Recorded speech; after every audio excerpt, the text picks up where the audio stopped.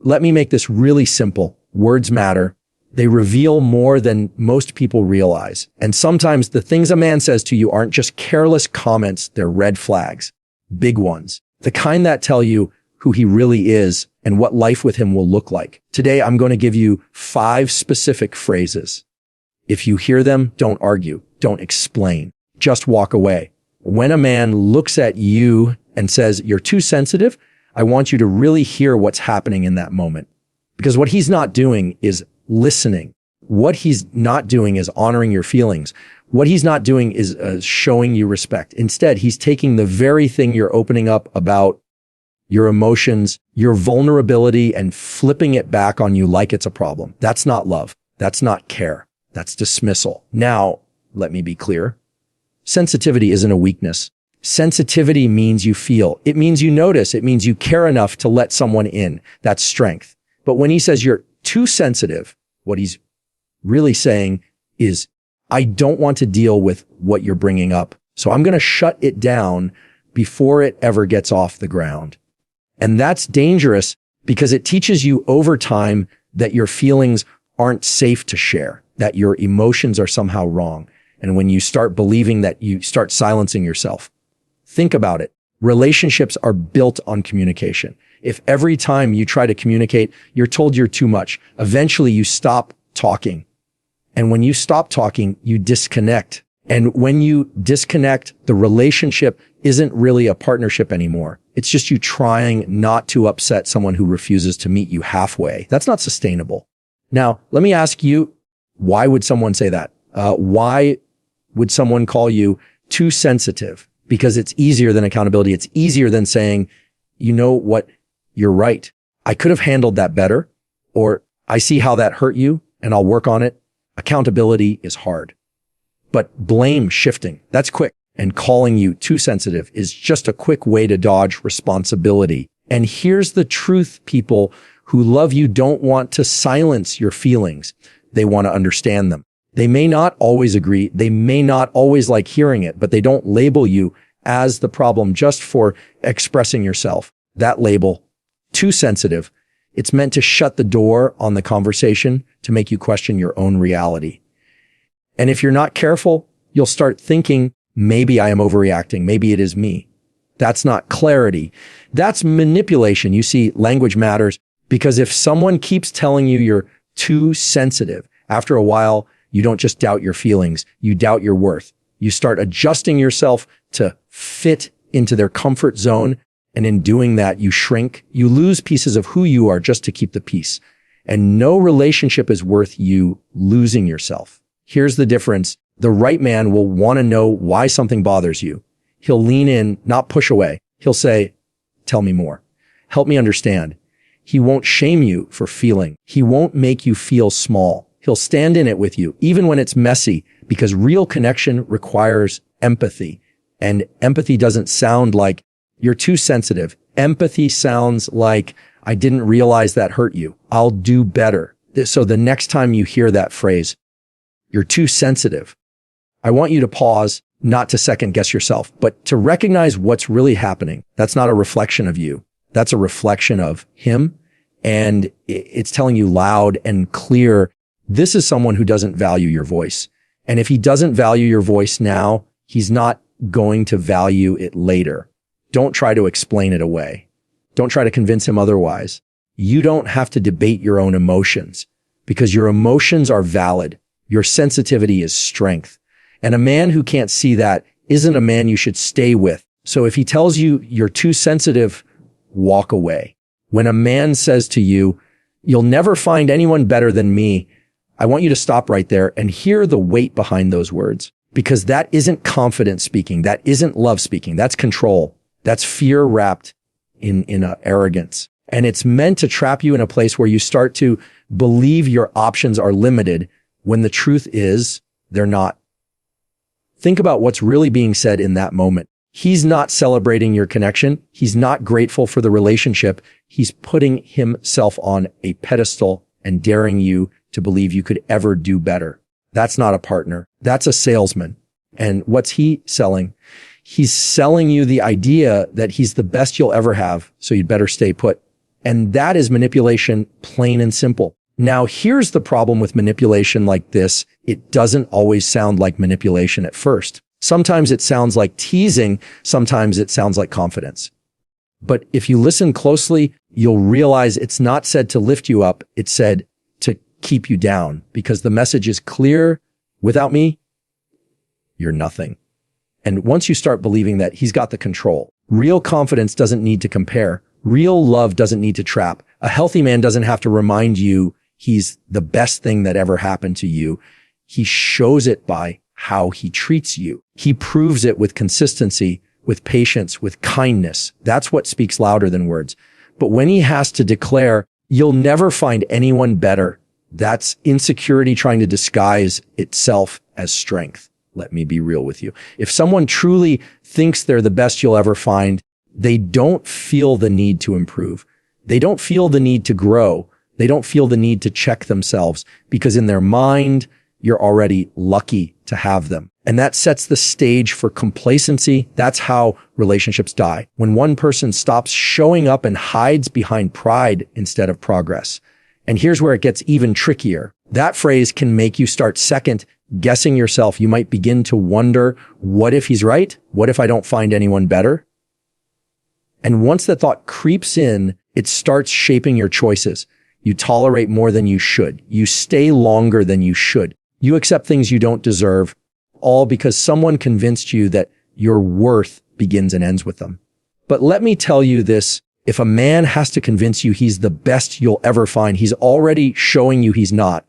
The truth is, there are billions of people in this world, and the right one isn't going to threaten you into staying. The right one isn't going to measure your options for you. The right one is going to be grateful that you choose him every day, not try to scare you into thinking you don't have a choice. That's the difference between love and control. Because love doesn't sound like you'll never find anyone better. Love sounds like, I'm thankful you chose me. Love sounds like, I want to be better for you. Love sounds like, I see your worth and I don't take it for granted. And if a man can't say those things, if instead he makes you feel small just to make himself look big, you're not looking at a partner, you're looking at a prison. You deserve someone who lifts your confidence, not someone who locks it in a box. You deserve someone who reminds you of your value without needing to compare it to anyone else. And you deserve someone who never tries to convince you that he's the ceiling of your worth. Because the truth is, your worth has no ceiling. So when you hear the words, you'll never find anyone better than me, don't argue. Don't try to prove otherwise. Just recognize the control hiding in that sentence.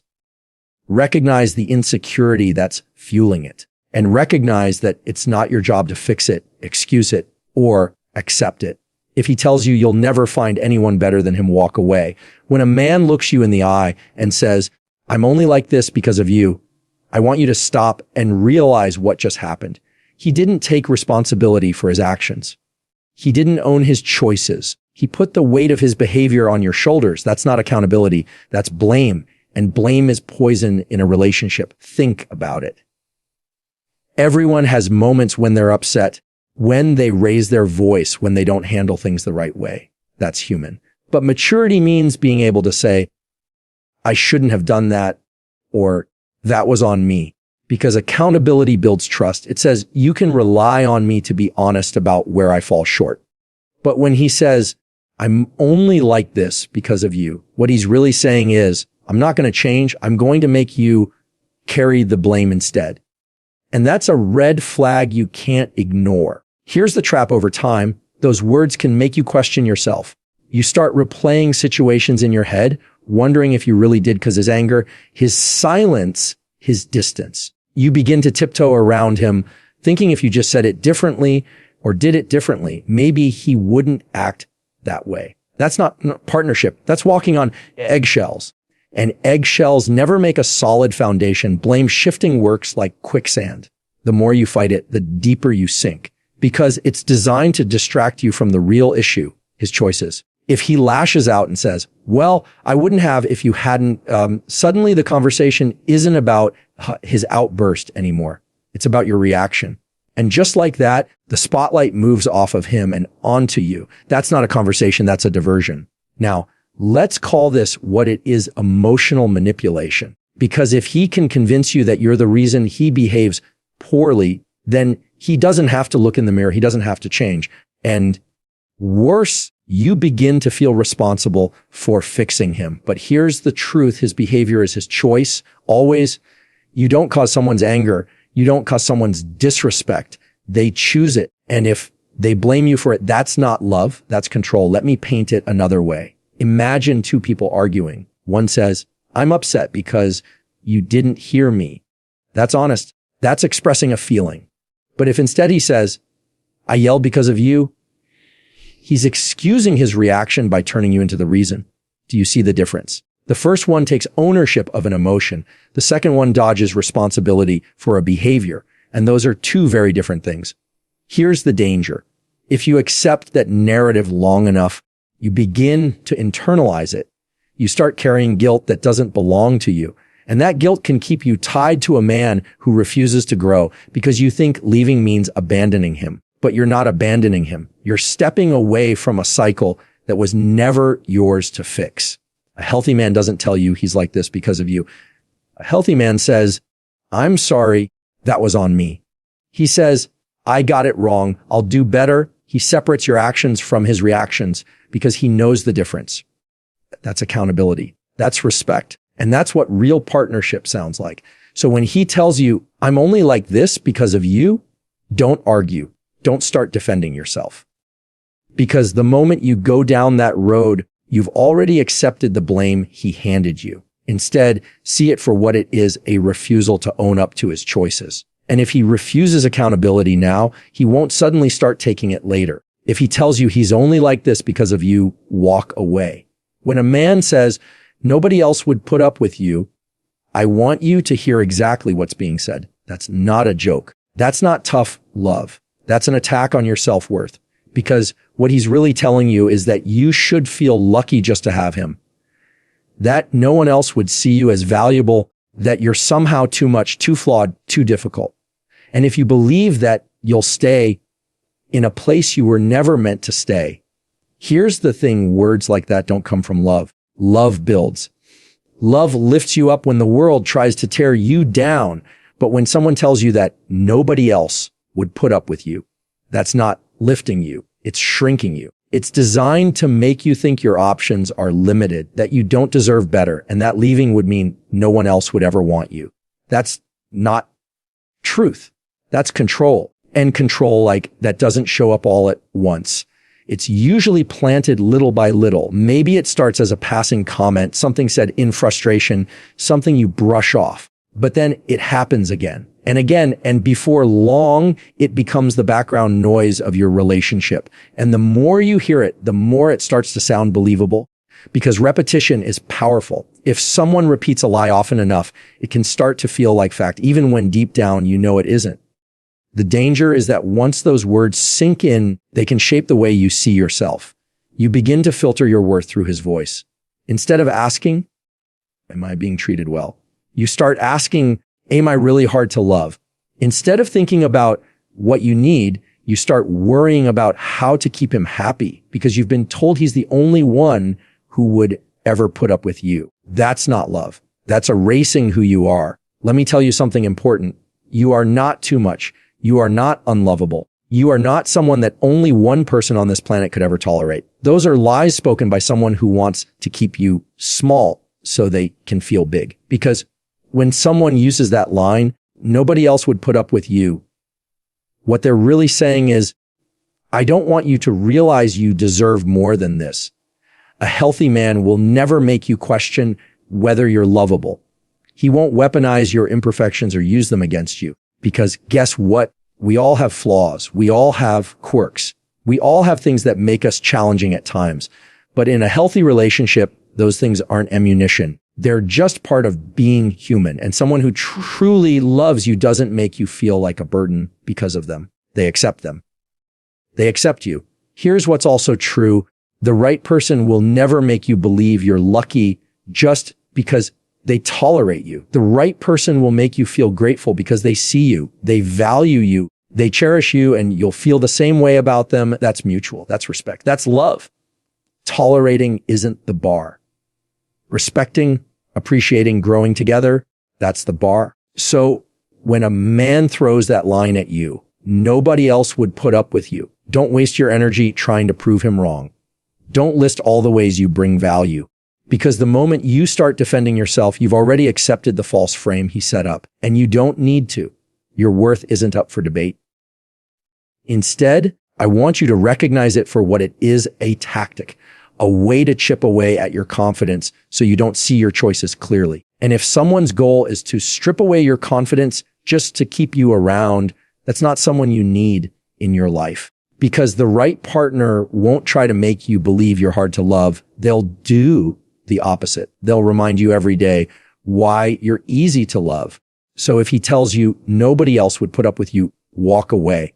When a man says, if you really loved me, you would, I want you to pause, because that sentence isn't about love at all. That sentence is about leverage. It's about twisting something pure, your love, into a bargaining chip to get what he wants. And the moment love becomes a condition, it stops being love and starts being control. Think about what's happening in that moment. He's not inviting you into a choice. He's cornering you into a decision. He's framing it so that if you don't do what he wants, your love must not be real. But that's not fair. That's not honest. That's manipulation dressed up as intimacy. Love is not a test you have to pass. Love is not a list of hoops you have to jump through. And anyone who tells you otherwise is using love as a tool, not as a gift.